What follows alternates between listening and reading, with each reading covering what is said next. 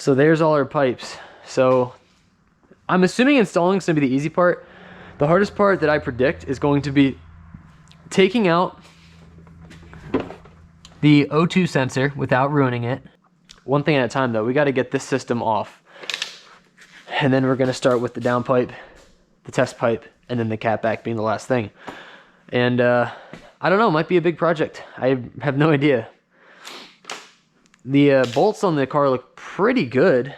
I'll try and take as much videos as I can, but you know, I'm doing the work, so I can't film and do the work at the same time. And I know this GoPro underneath the car is just going to be kind of retarded to even, you know, attempt to edit and make it comprehensible what I'm doing. So, I mean, it's pretty straightforward. Take the old shit out, put the new shit in. And then I'm going to do a before and after exhaust clip. Yeah, so that's the project I got going tonight. In this clip, I'm showing how I removed the original exhaust. All of the exhaust bolts were seized and would strip, even after I sprayed penetrating lube on them the night before. I removed all the bolts and studs from the turbo, and then undid all of the exhaust hangers, pulled and lowered the exhaust, the entire exhaust. Here you can see the comparison between the new exhaust and the old exhaust.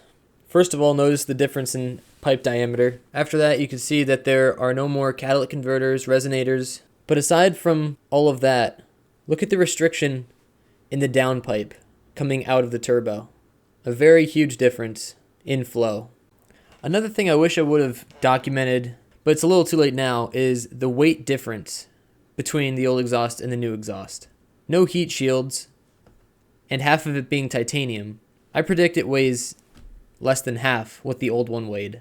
Look at the difference in the mufflers alone, not to mention the resonator and catalytic converter.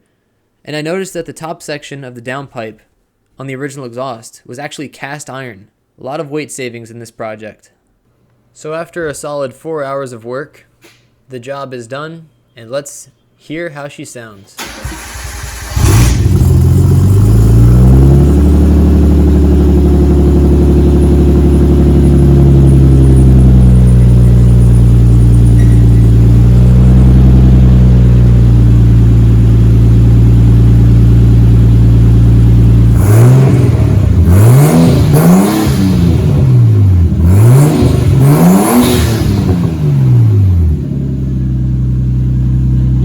It took me like 4 or 5 hours to do this.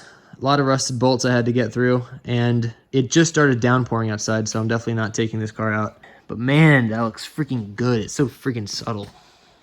But here, I just want to show you.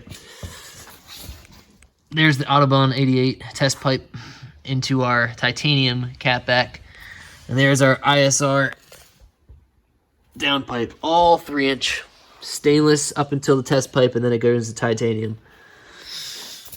Not a bad job. Had some help from my girlfriend.